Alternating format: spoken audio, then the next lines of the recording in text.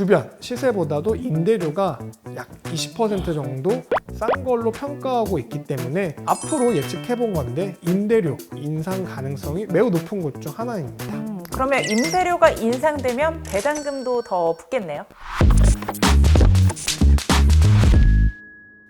안녕하세요. 대리님, 지난 시간에 연금 자산으로 건물주 되는 법 1탄 리츠에 대해서 알아봤는데요.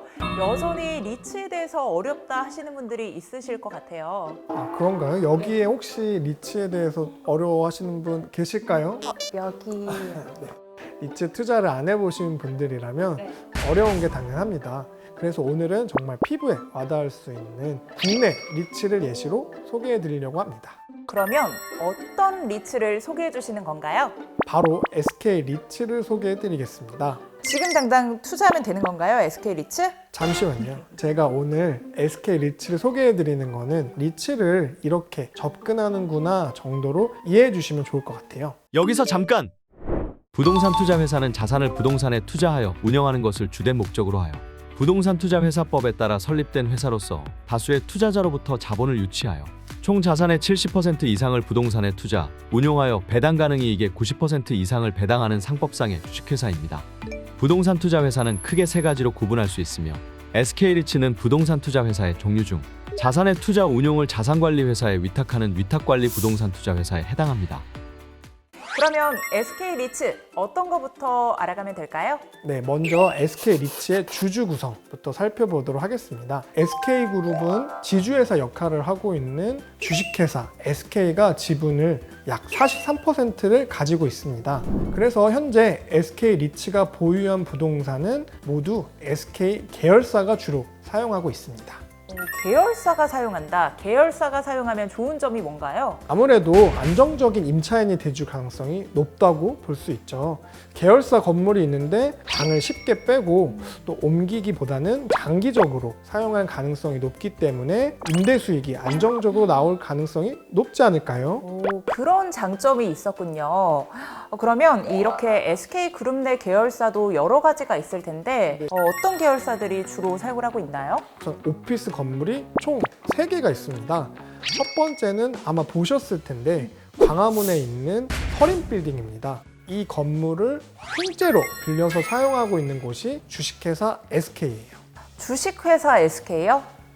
조금 전에 그 SK 리츠의 지분을 몇 프로라고 하셨죠? 43%입니다. 43%를 보유하고 있다고 했는데 SK 리츠의 지분을 보유하고 있으면서 SK 리츠에게 건물을 임대해서 사용한다는 거예요? 네, 맞습니다. 이렇게 사용하는 이유는 여러 가지가 있겠지만 대주주인 SK가 그것도 오피스 중심과 입지 조건이 아주 좋은 오피스 전체를 빌려 사용하고 있으니까 장기적으로 임대 수익이 안정적으로 나오지 않을까요? 오, 그렇겠네요.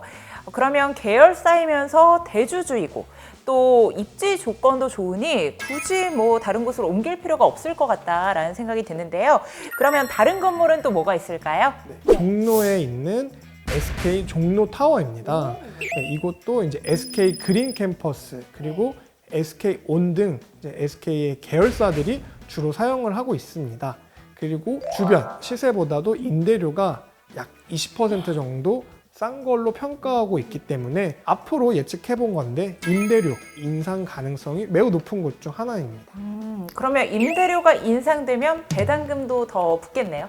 그렇죠. 아주 습득이 빠르시네요. 네, 앞으로도 많은 가르침 부탁드립니다. 그러면 또 다른 자산은 뭐가 있을까요? 분당에 있는 SK 뉴타워예요. 분당이요? 그 천당 위에 있는 그 분당? 네, 맞습니다.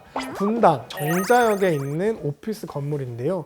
이곳도 역시 SK의 주력 계열사죠. SK 하이닉스가 사용을 하고 있습니다. 그러면 이것도 공실 리스크가 낮겠네요. 그렇죠. 지금까지 들어본 건물들은 모두 계열사가 주로 사용하는 오피스 건물이어서 임대 수익이 그야말로 따박따박 들어올 것 같은데요. 혹시 또 다른 부동산이 있나요? 네, 한 가지가 더 있는데요. 전국에 SK 주유소 116개를 가지고 있습니다. 주유소요? 그것도 116개를요? 이거 전국에 이렇게 많은 부동산을 다 관리할 수가 있을까요? 관리가 쉽지 않죠. 하지만 다행히 이 주유소를 모두 SK 에너지가 빌려서 사용을 하고 있어요. 그런데요, 요즘 그 전기차가 대세라 주유소 좀 장기적으로 괜찮을까요? SK 주유소 같은 경우에는 우리 큰 도로변 그 중에서도 유동 인구가 아주 많은 곳에 위치하여 있는 경우가 많습니다. 그리고 교통 요지에 있다 보니 스타벅스와 같은 프랜차이즈가 드라이브 스루로 신축을 하는 경우가 많습니다. 그리고 향후에는 또 오피스 건물로도 신축하는 경우가 많아서 주유소 부동산 가치가 크게 상승하고 있는 사례도 있습니다. 제가 뭐 하나만 알고 둘은 몰랐네요. 그런데요, 대리님, 이런 정보가 SK 리츠 홈페이지에 가면 다 볼 수 있는 건가요? 네, 제가 오늘 설명드린 내용은 모두 다 SK 리츠 홈페이지에 있는 자료를 토대로 설명을 드렸습니다. 그만큼 이제 일반 주식과는 달리 리츠는 조금 더 분석이 용이하고 또 자료가 투명하다는 장점이 있습니다. 너무 좋네요. 그러면 마지막으로 리츠가 퇴직연금 자산으로 관리하는데 어떤 점에서 도움이 될까요? 퇴직연금 자산은 다른 자산하고 비교를 했을 때 장기적으로 운용을 가능하다는 특징이 있습니다. 그래서 장기적으로 운용할 때는 포트폴리오의 수익률 변동성을 줄여야 복리 효과로 수익률이 좋아집니다. 비교적 배당 수익이 높고 주가 변동성은 또 상대적으로 낮은 이 리츠를 포트폴리오에 포함하신다면 퇴직연금 수익률을 관리하시는데 좀 도움이 되실 거라 생각합니다. 그리고 과세 유연을 통해 배당금까지 재투자하게 되면 일석이조의 투자 방법이 아닐까요? 네, 일석이조의 효과가 있을 것 같아요. 네. 지금까지 퇴직연금 자산으로 건물주 되는 법, 리츠에 대해서 알아봤는데요. 여러분들도 리츠로 퇴직연금 자산을 관리하시는데 도움이 되시길 바라겠습니다. 그러면 대리님, 이제 인사로 마무리해 보도록 할까요? 네. 네, 여러분 연금 부자 부자 되세요.